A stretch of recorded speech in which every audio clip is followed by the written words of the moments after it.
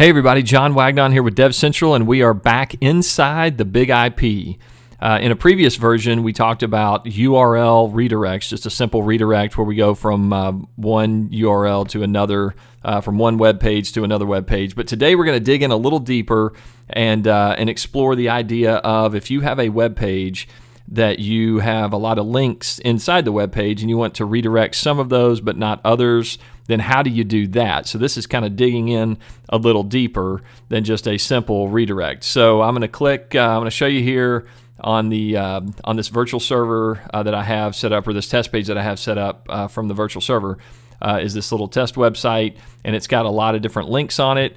I'm gonna point you to a couple of them here. This first one is request and response headers. It's headers.php. You can see right here, and it just shows you the different headers from this page. The next one I'm going to show you is this one right here, this stream profile, which is this Lorax bank, test page, whatever. And then I want to show you this HTTP compress example. It's bigtext.html. All right, and this is just a big page of a bunch of text and pictures and whatever. It's just a whole bunch of stuff. All right, so the point is, you have a web page. You have a lot of different links here. You want some of them to be redirected, and you want to leave all the rest of them alone. All right, what we're going to do here is we're going to say this request and response headers link and this compress example, this bigtext.html, we want those to both be redirected to this lorax.php page.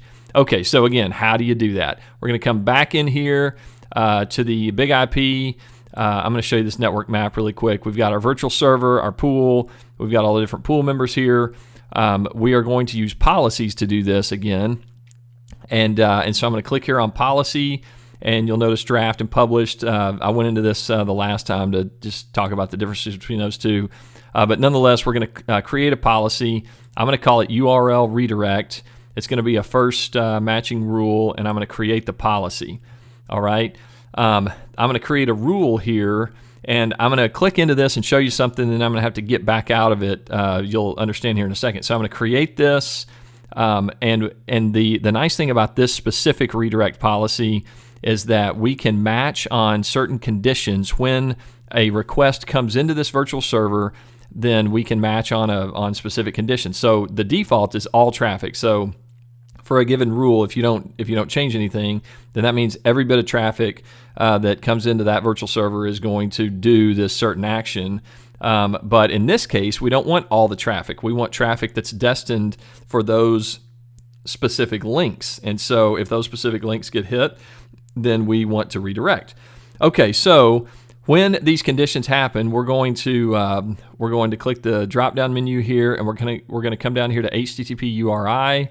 And we're looking at the path in this case, and then is in a data group, which, by the way, it doesn't have to be in a data group. You can say any of, and then you can type in, whatever right here, and you can add it, and then you can do it that way. But I'm going to use a data group, so in a data group. So basically what we're doing here is if the path of the URI that this request is looking for, if that is contained in a certain data group, then we're going to take action on that request. Okay, so I'm going to hit cancel here really quick because now we need to go and create our data group. So I'm going to hit cancel, and I'm going to say iRules data group list. That's where you find data groups, is in the iRules little tab here. All right, so data group list, and you can see there's a few already created, but that doesn't matter. We're going to create our own, and we're going to call this one test page redirects. All right, and it is going to be type string. And if you'll notice, you can use all different kinds of stuff here. But anyway, these are going to be strings. And so the question is, which links do we want to redirect if someone tries to visit those? So I'm going to go back to my test page here, and I'm going to make sure that I'm redirecting the correct ones. This one is headers.php. So I'm going to come back in here and say headers.php. All right, and so I'm going to add that one to the list. And then the other one is if they click on this bigtext.html, I want that to get redirected as well. So we're going to say bigtext.html. I'm going to add that one also. Okay, so now these two are added to my data group. called test page redirect. So I'm going to say finished, and there is the data group. All right, so I'm going to go back into my policies. You'll notice, by the way, because I got out of that policy, it's now in draft. So I'm going to hit URL redirect, and then we're going to, it is in draft mode, but we can obviously modify it here. So we're going to create a rule. We're going to come back in here, and we're going to say if the URI path is in the data group, and we're going to select that data group, that test page redirects that we just created. So if the URI path is somewhere in that data group, then we're going to take action on this. Oh yeah, you have to name the rule as well. So I'll just say test page redirects.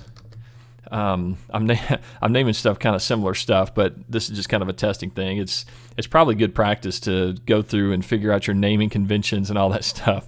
But nonetheless, I'm just showing you how this thing's done. All right, so again, if the URI path is in that data group, then what do we want to do with it? And the answer is we want to redirect. So I'm going to click that down arrow and go to redirect to location. And what was the location we said we wanted them to go to? This one right here, this lorax.php. So we're just going to say /lorax.php, right? And so we'll hit save. And so once we hit save, then if the request is coming for one of the links that's in that data group, then it will get redirected to lorax.php. Okay, so we're going to hit save on that.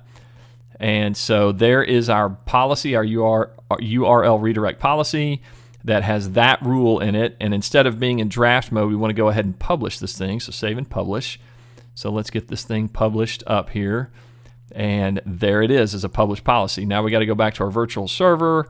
We've got to add it under the resources tab to an enabled policy. Finished. Okay, now it is enabled on this website. So I'm going to inspect right here, and we're going to see if this thing works. One of the first things I'm going to do is make sure that all these other links are working. So here's a link actually up here I didn't show you before, but that's just a random welcome. So does that work? Yep, it loaded up the welcome page. All right, I'm going to clear that one out. So the moment of truth is here. If we click on this headers, then it should redirect to the Lorax page. So let's see what happens. I'm going to click. And look at that, it went to Lorax, and it didn't just go to Lorax, it redirected. You can see that right there, okay? I'm gonna go back, I'm gonna clear that out. If I click on this big text, it should also redirect to Lorax. So I'm gonna click that, and look at that. 302 redirect to the Lorax page. Okay, so I'm gonna clear that out.